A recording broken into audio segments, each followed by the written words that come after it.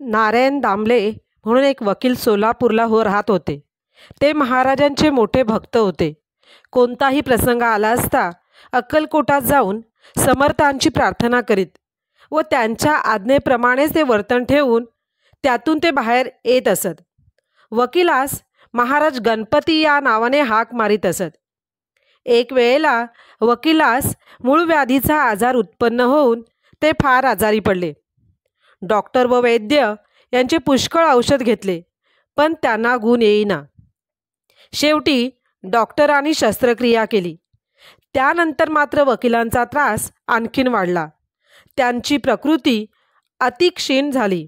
औषधे घेऊन ते कंटाळे होते.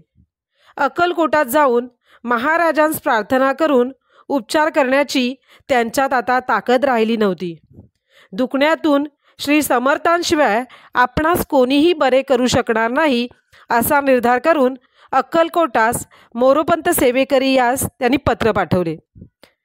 त्यात लिहिले की महाराजांस सांगा की माझ्या दुखण्याबद्दल त्यांना प्रार्थना करा व महाराजांची आज्ञा देतील ती आम्हास लिहून कळवा. मोरोपंतांनी त्याप्रमाणे महाराजांस प्रार्थना केली. तेव्हा महाराज म्हणाले, गोमूत्र द्यावे म्हणजेच व्याधी जाईल. याप्रमाणे मोरोपंतांनी वकिलास लिहून कळविले. महाराजांच्या आज्ञेप्रमाणे काही दिवस गोमूत्र घेतल्यानंतर त्यांची प्रकृती चांगली होऊन मूळव्याधीचा रोग नाहीसा झाला. वासुदेव बळवंत फडके यांना सगळेच ओळखतात. एकदा ते पुण्यात नोकर असता रजा घेऊन 2-3 वेळा महाराजांच्या दर्शनास आले होते. त्यांनी आपला हेतू शब्दाने न कळवता मनोमय महाराजांना विनंती केली होती. समर्थांनी त्यांचा हेतू ओळखला होता. पुढे दुसऱ्या भेटीत बंड करण्यास प्रवृत्त होण्यापूर्वी त्यांनी एक तलवार महाराजांच्या पुढे ठेवून वंदन करून दूर जाऊन बसले. पण महाराजांनी एकही सेवेकरास हाक मारून ती तलवार त्याच्या हातात देऊन जवळच एक तरटीचे झाड होते त्यावर नेऊन ठेवण्यास सांगितले.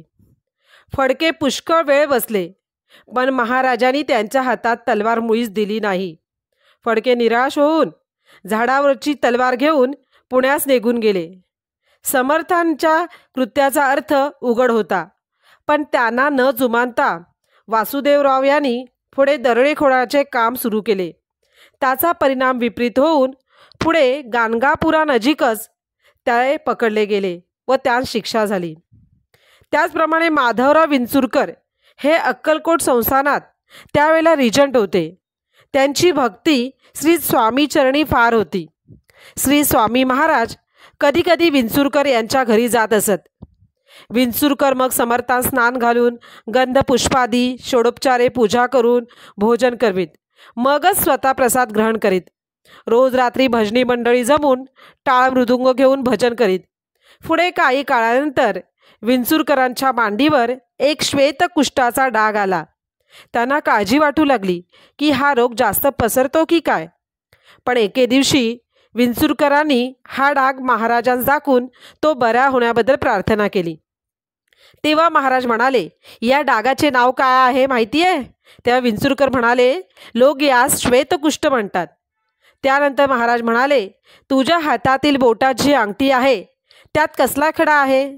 तर विंचुरकर म्हणाले, पांढरा खडा आहे. महाराज म्हणाले, ताबडतोब ती फेकून दे. पण विंचुरकरांनी विचार केला, 300 रुपये किमतीची अंगठी फेकून कशी द्यावी? ती महाराजांच्या हातात घालावी, मग महाराज पाहिजे ते करतील असा विचार करून आपल्या हातातील अंगठी त्यांनी महाराजांच्या हातात घातली. महाराजांनी ती हातातली अंगठी काढून चोळापास देऊन टाकली. चोळापाने ते विकून महाराजांच्या देवळाचे जे काम चालले होते त्यामध्ये त्याचा उपयोग केला.